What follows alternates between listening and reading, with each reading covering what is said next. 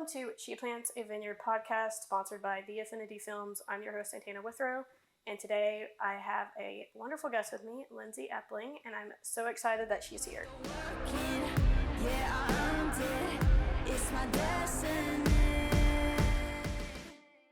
I wanted to bring you on because I feel like that just from the conversations that we've had, you are just so supportive of literally everyone, and you're one of the nicest people.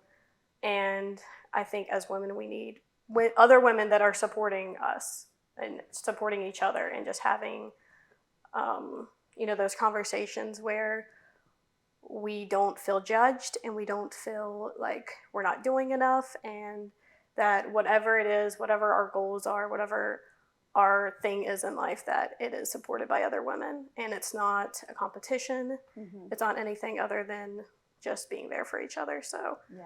I really wanted to just have that conversation because I think we need to build that in this community, and that's exactly why I started this podcast. And to begin with is just to start building a community of women who are 100% supportive of each other and not competitive and not being mean or nasty or catty or anything, just like pure love for each other. So the first question that I have for you is, where do you think this that attitude came from, of you just being supportive of other women or just people in general, and just like the heart that you have? Honestly, I really don't know. I've always been surrounded by women my whole life. My mom, she's awesome. I love her. But I've always been surrounded by like her, my grandma, my sister, and they've all just had such a positive upbringing. But I really believe it's like what you go through. It's like it brings out this perspective in someone. I just feel like everyone has like a goodness in them in some way. And I just feel like everyone needs to see that goodness in some way. I see the benefit of the doubt in everybody. I don't know everybody's like that, but I just always have, I guess. But my mom is like my role model completely. And so she's always been the person that I've looked up to. Yeah. Yes. That's amazing. Yeah, I think that I try to be supportive, but I think just like other women, like we can be catty, we can be competitive, we can be whatever. But it's like, since really reconnecting with you, I feel like that you've almost been a role model to me of like, man, that is just like how women, like this is how we should be. This is like, we shouldn't be talking about each other. We shouldn't be doing whatever. Like we should just really just support each other. And you have just been like the embodiment of what I want to be as a woman. And it's so nice to be able to have a friend that you can just talk to and share thoughts with and just not feel judged. And I hope that you can feel the same way with me as well. I totally do. I think one thing though about, just being a woman in general is that you're always something to someone, whether that's a wife, a mother, a sister, a daughter. What do you think is something that makes you uniquely you? Honestly, I don't really think I'm unique, if that makes sense. I feel like I'm a compassionate person, and I feel like I've always been that type of friend or person where people can always come and talk to me. But so I guess that's always been like, a positive trait that I've always had. Yeah. But I don't really think there's anything unique about me in any. I know that's so weird to say. But I get it. I don't want it to be like, oh yay, like this is me. Yeah. Type thing, but I don't. Do you think that's a lot to take on when people come to you and they feel like that they can talk to you? Do you feel like that it can overwhelm you sometimes? I guess in ways, if it's a one way like conversation, like it's all about like I shouldn't say it like that, because I always want my friends and family to feel like they can come to me like no matter what. Yeah. But if that's all that they ever do, and then it's like they never like try to check in or anything like that, then I guess it's like if you're supporting everyone and no one's supporting you. Yes. Yeah. Yeah, totally. Do you feel that sometimes who you actually are as a person is ever like overlooked, and like what do you think, like what qualities make you the person you are without all those other things that people put a label on? Honestly, it's like I I feel like I've become a better person now that I'm a mom and a wife. Mm-hmm. Like before, I feel like I was almost like lost trying to like find my way. Like I knew I wanted a career. I knew maybe one day I might want a family, I guess. I really didn't, it wasn't really in the books or like a plan or anything, but it just happened and it really led to where I'm at now and what I wanted to do. So you feel like you've really found your person yes. purpose in those things. And so I really that. feel like that's why, that's where I'm supposed to be.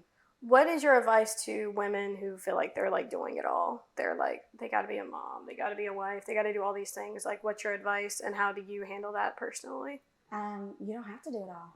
That's how I feel. Yeah. I feel like I don't do it all. And I totally feel like I don't carry it or handle it well, if that makes sense. My house is a disaster 24/7.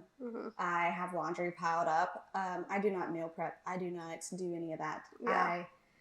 Some days I barely shower. Like I feel like it's like my kid will be taken care of and like, you know, my work will be done, but it's like sometimes it's like on the back burner. It's like, okay, but did I do enough for me today? And I'm like, probably not, but tomorrow I'll do better. I love that. So, I love that it's like you are able to focus on like, what do I also need? Yeah. Do you think it took me a while to actually realize that? Yeah. What was your like process in that? Like, when did you like realize like, I need to like actually focus a little bit on myself?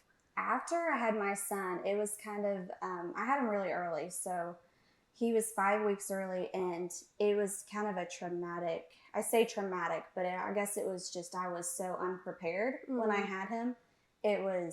I wasn't ready for the postpartum. I wasn't ready for the anxiety and everything else that went along with that. So that's kind of what brought me like into the whole mindset about like my self-care, I guess, because I followed a friend on Instagram, Jennifer, and I probably followed her on Instagram for a whole year before I like reached out and was like, hey, can I be a part of this? Yeah.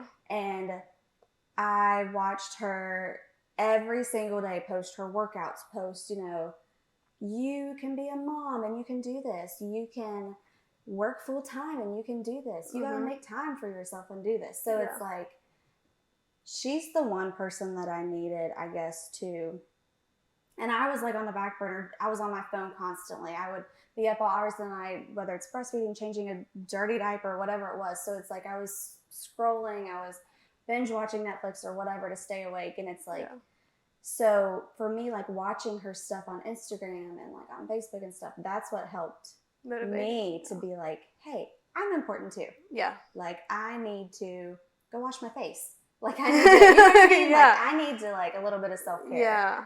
So my postpartum journey really was like an eye-opener. Okay. With that. I feel like a lot of other women can relate to that. And I think it's so awesome to hear you say that. I'm not a mother, but I know that there will be mothers listening to this who probably feel the same way, that they're like, I need to, like, maybe this will be the eye-opener for them to be like, I also need to take care of myself. Yeah. And that you also are important, because you can't show up for others if you're not showing up for yourself. Yeah. And I think that's so amazing that you had someone that was posting, someone that was talking about it. And I think that's what we need. Who it was. I know. But I love that. That's exactly what it is. It's just being able to communicate. That's, you know, social media can be bad, right? But it also can be so amazing, because I do think it gives us the opportunity to build communities like that. Absolutely. So what's your like favorite thing about being a mother and being a wife and just that journey? I don't think there's like one or a couple of things I could like group together to say that's my favorite thing, because I do love it so much. I love being a wife and I love to be a mom, but it's hard in its own ways too. Like it's challenging. Like I love it and I know exactly where and what I'm supposed to be doing, but it's hard too. So my favorite thing is like my little boy, he doesn't talk very well. He has like some speech issues. So that was so hard for me at first to kind of like go through. And So I guess right now my favorite thing with motherhood is I always say I love you baby to him. Mm-hmm. And like his response, but like on his own now, he'll go, I you baby, I you baby. Like he'll say it back. And Yeah. so that's probably one of my favorite things right now that I can just think on the top of my head is like him like on his own being like, I have this feeling.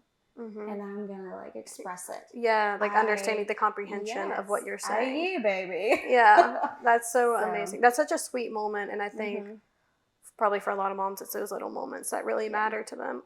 Yeah. What do you think helps you like when you are struggling? God and my medication. Like let's be like they go hand in hand. Yes. So, I love that you're talking about because I do think. And I don't mean to interrupt you, but okay. Sometimes in religion or in church, like we don't talk enough about mental health and like medicine and going to therapy. And I love that you're grouping them together and saying it's okay to take medicine. It's also okay to rely on God. Yeah, yeah. I grew up in church. I've always been around church. Like it's just always been there. And it's like whenever I felt like my hardest, I know God was there for me. I know that I can go to Him for anything, but also I know that He puts these things, this is my nurse side talking, I know there's medication in the world that He put on this world so that we can take it and help us at the same time. Yeah. So definitely the two go hand in hand because I feel like I feel like you do need that spiritual like guidance, but you also need a little bit of help to be like, I'm struggling with things that, because sometimes you might not be able to see God's grace. You can feel God's grace and you might not be able to see it in the long run. So it's like you need a little bit of help with whether it's an antidepressant, whether it's anxiety, whatever it may be for you. Like it's okay that you need that. Yeah. So how do you think your faith has helped you? And like, how do you, when you are struggling, how do you go to God? How do you like, how are you able to go, you know what, I need to really talk to God right now? Is that just something that's part of your habit right now? Sometimes I fall out of habit, honestly. Like it's just with the craziness of life. Yeah. But I used to have a habit. I would wake up every morning. I would do my workout. I would do my Bible study and talk with Him and pray. And then I would start my morning. But it's like, you can fall out of that habit so easily. And to me, I may be talking to Him in my car on my way to work, or like it may be late at night, like after I put my little boy to bed and I can't sleep, so I'm talking to Him, and it's like maybe I'm just singing like a worship song, and I'm like, thank you, God, for all of these blessings, and like I just praise you for this. Like, it doesn't have to be, I wake up, I pray, like I go to sleep, I pray.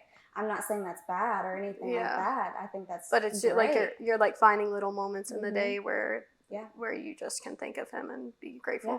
I think gratitude in general is just like when you're feeling down or you're like life sucks or I'm struggling. It's like just grounding yourself in gratitude and just like being thankful for all the amazing things. Yeah, like I have water, I have electric. Absolutely. I have basic needs that some people don't have. Like when you can't be thankful for anything else, you can at least like look at your life. And if you don't have those things, then it can be hard. And like obviously empathy for people that like don't have those basic needs taken care of. But if you do have your basic needs taken care of, like you can be just thankful for those things, even if your life is like maybe not where you want it to be at the moment. Going back to some of the business stuff, as I said in the beginning, you have been someone who's been so supportive of me, and I've seen that in my own life. I've seen you be supportive of other women, and you just mentioned Jen, and I can see how you're supportive of her and how you're helpful with her, and you're always volunteering to help and just like being there. What are some of your favorite businesses like that you've connected with? So Jennifer, she is a fitness coach.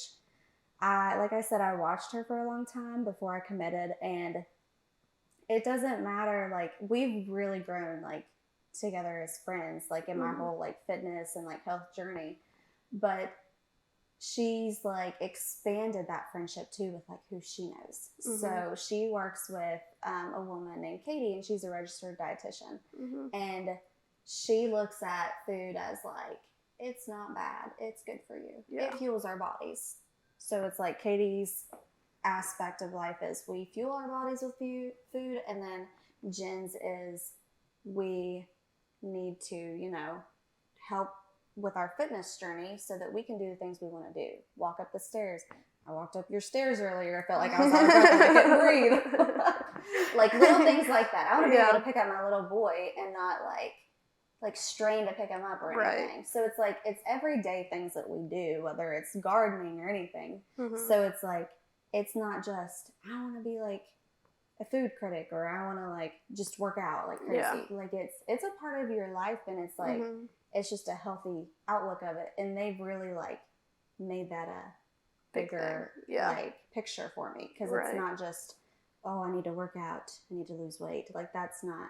Yeah, it's like kind of becoming part of your life. Yeah. Yeah, I love that. So definitely them. They've been a huge impact on my life like this past couple of years. That's amazing. I'm trying to think if there's anything else I want to ask. I love that you are doing this podcast. I think this is awesome. Yeah. That women are supporting women, and like with you, with your whole business and doing this, I think that's awesome.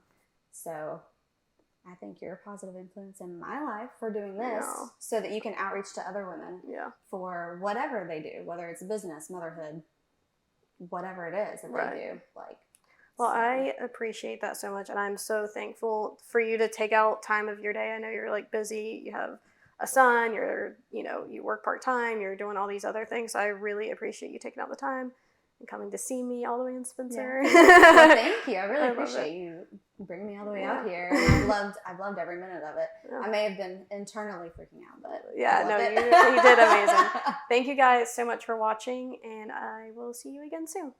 Bye. All right, that was it. That wasn't that bad, was it? No, that was good. Yeah. See you. Yeah, I'm dead. It's my dad.